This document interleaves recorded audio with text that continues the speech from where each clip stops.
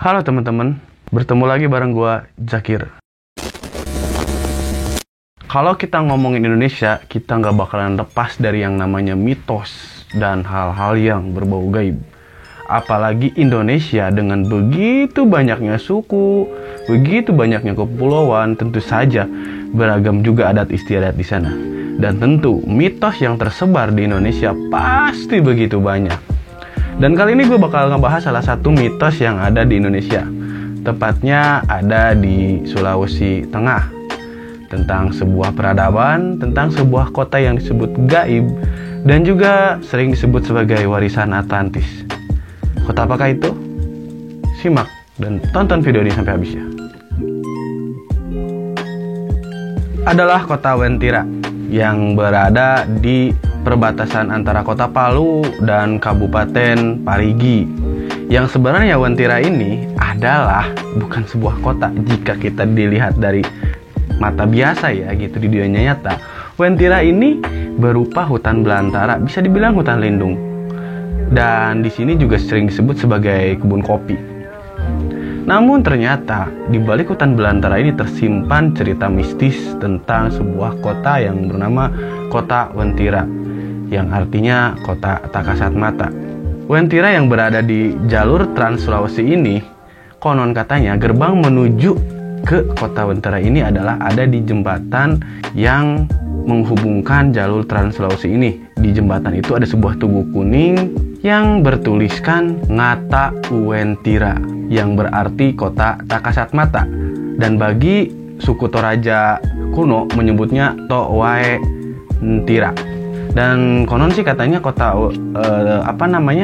nama Wentira ini berasal dari kata kolam air berwarna merah. Di kota gaib ini, ketika kita bisa melihatnya, di sana itu kita akan melihat peradaban yang lebih maju dan lebih modern dari yang ada di dunia nyata. Kita bisa katakan Amerika atau Eropa. Itu akan kalah kemodernan kotanya dengan kota Wentira. Katanya sih seperti itu, tapi nggak tahu deh kebenarannya seperti apa. Mungkin ada teman-teman yang udah kesana, silahkan tulis di kolom komentar ya. Di sana ada bangunan-bangunan besar tinggi dengan arsitektur yang tidak lazim di zaman sekarang. Lebih maju sekitar 100 tahunan ke depan gitu. Dan juga ada yang menyebutkan bahwa di kota ini bangunan-bangunannya itu terbuat dari emas, karena setiap dinding-dindingnya itu berwarna gold, berwarna emas, kuning. Dan tidak semua orang bisa masuk ke kota gaib ini. Ada dua kemungkinan ketika kita bisa masuk ke kota Wentira. Yang pertama itu adalah karena kita diundang oleh orang yang di sana. Yang kedua adalah ya karena kita apes tersesat di sana, kita masuk ke kota Wentira. Itu pun jika diizinkan. Jika memang tidak diizinkan, kita akan balik lagi ke dunia nyata gitu. Ya apes-apesnya nggak bisa balik lagi ke dunia nyata. Banyak sih kejadian kayak gitu, nanti gue ceritain. Sebenarnya orang-orang Wentira ini sama seperti kita, wujudnya seperti manusia biasa. Cuman yang membedakan itu adalah mereka tidak memiliki garis tengah di bibir seperti ini. Mereka jadi langsung bibir tuh ke sini, nggak ada garis tengah seperti ini. Dan orang-orang Wentira itu suka sekali memakai pakaian warna kuning. Orang-orang Wentira itu sering keluar dari kota mereka gitu, sekedar berbelanja di pasar, atau karena mereka gabut aja gitu, nggak ada kerjaan, pengen jalan-jalan, jadi keluar dari kota. Nah, sudah jelas kalau kita berbicara tentang kota mistis, tentang kota yang tak kasat mata, pasti ada kejadian gaib yang menyertainya, kejadian-kejadian yang di luar nalar kita lah. Dan ada beberapa yang udah gue kumpulin di sini. Ada kejadian-kejadian janggal yang menimpa orang-orang terkait kota Wentira ini. Kejadian seorang gadis yang menikah dengan orang Wentira. Beberapa tahun lalu, media sempat dihebohkan oleh hilangnya seorang gadis di Palu. Nah, kejadian lengkapnya seperti ini. Pada saat sebelum Pita ini menghilang, sebelum masuk ke kota Wentira, dia meminta pamannya untuk mengantarnya ke daerah Wentira. Nah, pamannya ini kan bertanya, mau ngapain ke sana gitu. Namun Vita ini dengan agak judes dan galak, dia bilang, udah pokoknya kalau saya minta antar saja. Karena pamannya itu merasa kepada adiknya juga gitu, pada saudaranya. Jadi ya udah oke. aku antar gitu kata pamannya. Ya udahlah, diantar tuh dia ke Palu, ke daerah Hontira. Dan sepanjang perjalanan si Vita itu nggak ngomong apa-apa. Si Vita tuh nggak ngajak ngobrol, basa-basi atau seperti apa.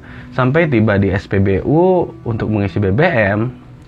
Nah, si bensin diisi penuh nih, udah semua. Kemudian si Vita mengambil motor dan menyuruh si paman buat di belakang diboncengin sama dia. Jadi yang nyetir itu si Vita selanjutnya. Di perjalanan Vita itu sangat ngebut banget.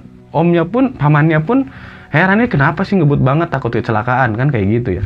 Ternyata Vita memang lagi dikejar oleh waktu. Katanya sih jam 11 tuh dia harus sudah ada di daerah Hontira.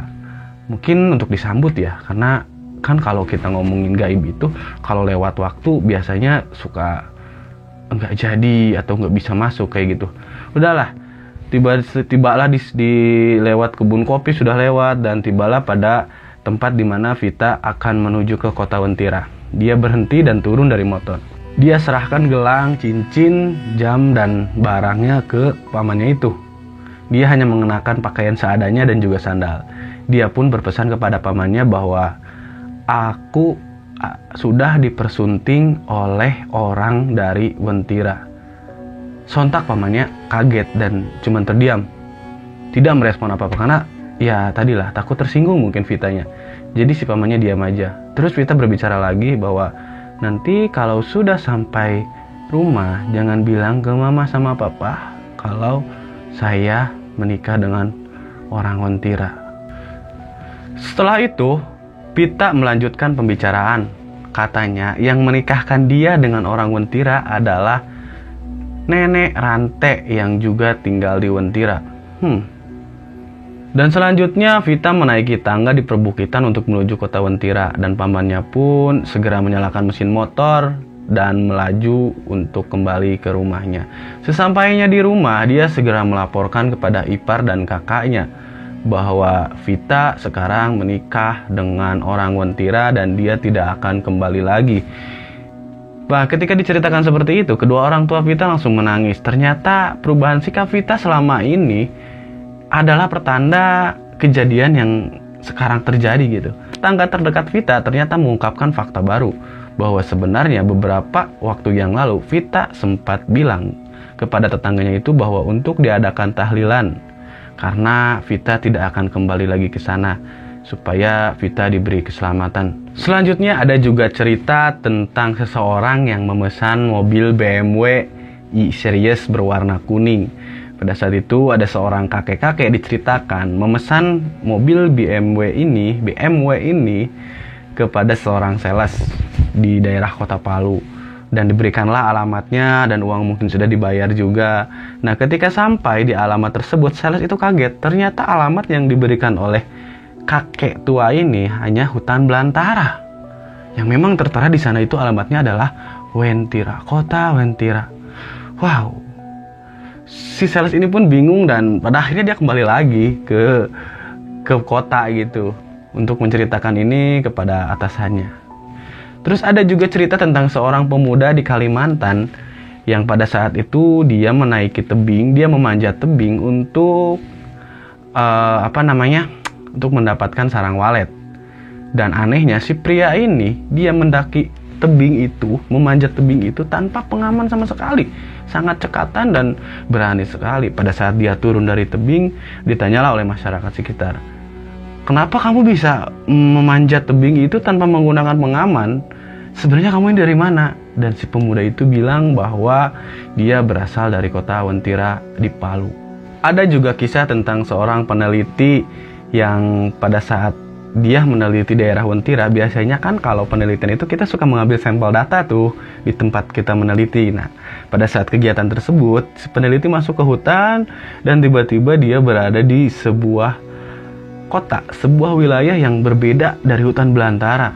Namun karena pada saat itu mungkin kalau orang itu jet lag ya, agak bingung dia di mana gitu, bingung apakah ini dunia nyata atau tidak. Nah, di dalam sadar dan tidak sadar itu, posisi ilmuwan itu mungkin ditolak ya sama orang-orang Hontira itu. Jadi pas si peneliti itu menemukan kota Hontira, dia langsung dibalikan lagi ke dunia nyata dan menemukan jalan kembali untuk pulang.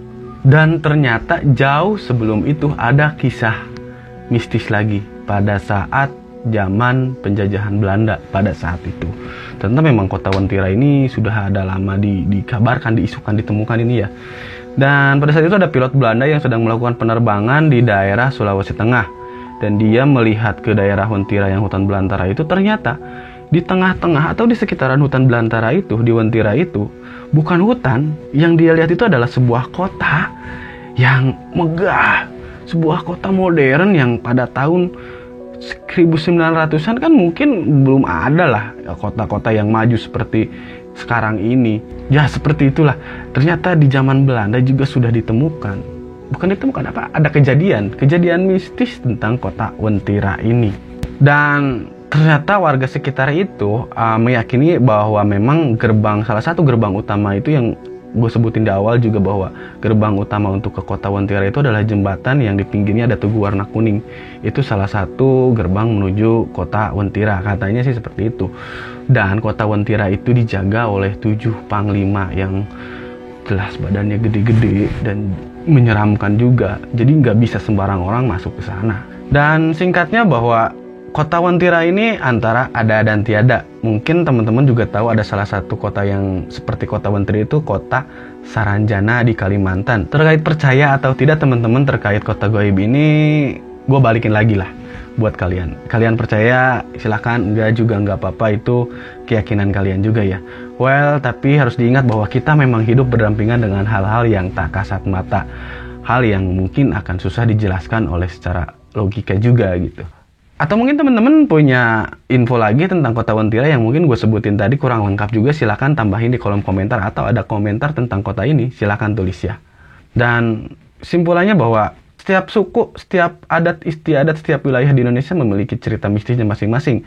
Dan kita sebagai seseorang yang hidup di negara ini dan menganut Bhinneka Tunggal Ika, kita harus menghormati dan menghargai kepercayaan orang-orang sekitar. Ya kalau kita tidak setuju atau kita tidak suka, ya sudah biarkan saja. Jangan sampai menjadikan perbedaan ini sebagai sebuah perpecahan. Seperti itu yang mungkin bisa gue sampaikan. Oke, dan sekian video tentang kota Wentira ini. Mudah-mudahan bisa memberi wawasan yang baru buat teman-teman. Memberi wawasan, gue kayak guru aja ya. Semoga bisa memberikan informasi yang menarik. Terima kasih jika kalian suka dengan video ini, silakan like dan share. Dan buat yang belum subscribe dari sekarang. Karena gue bakal terus bikin video tentang hal-hal menarik di dunia ini. Terima kasih sudah menonton. Sampai bertemu lagi. Salam.